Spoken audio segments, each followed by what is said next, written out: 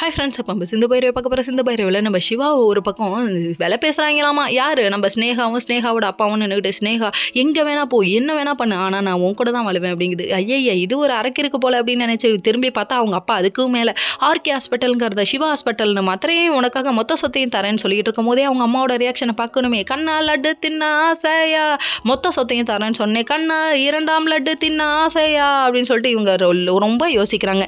இதுக்கு மேலே யோசிக்காத தாய் கிழவி, இது எதுவுமே நடக்காதுன்னு சொல்லிட்டு சொல்லிட்டு இங்கே உள்ள வந்துட்டாங்க. கருத்து சொல்றதுக்குன்னே கருப்பு கோட்டு போட்டு கண்ணம்மா வந்து நிற்கிறாங்க பாருங்க அப்படிங்கிற மாதிரி ஆயிடுச்சு. அதுக்கப்புறம் உட்காருப்பா அப்படின்னு சொல்லி கேட்க, என்ன நினச்சிட்டு இருக்கேன், நீ என்ன முடிவு பண்ணியிருக்கேன்னு சிந்துவை கேட்குறாங்க, ஸ்னேகாவை கேட்குறாங்க. உடனே நம்ம சிந்து ஒரு பக்கம், நான் என்ன நடந்தாலும் என் மூச்சு இருக்கிற வரையும் என் டாக்டர் கூட தான் வாழுவேன்னு சொல்ல, நம்ம ஸ்னேகா ஒரு பக்கம், நீங்கள் என்ன நினச்சாலும் பரவாயில்ல, நானும் டாக்டர் கூட தான் வாழுவேன் அடம்பிடிக்குது. என்னடா இது, ஒரே கல்லில் 2 மாங்காங்கிற மாதிரி வேற லெவலில் இருக்கே, இவரோட வைபை பார்க்கணுமே, இப்போ போடுறங்கடா பிஜிஎம் அப்படின்னு சொல்லிட்டு அதான் டூ டூ டூ டூ டூ டூ டூ டூ டூன்னு இப்போ போட்டு விட்டா நல்லா இருக்கும்ல, கத்திச்சா கண்மணின்னு சொல்லிட்டு யாரை பக்கம் தெரியாமல் இவர் திருன்னு முழிக்கிறாரு. கடைசியில் எனக்கு ஸ்னேகா வேணவே வேணான்னு சொல்லிட்டு ஒரே அடியா சொல்லிவிட்டார். சொன்னோன்னே இவங்களோட ரியாக்ஷனை பார்க்கணுமே, அப்போ தண்டனைக்கு தயாராகுங்க அப்படிங்கிற மாதிரி ஆயிடுச்சு.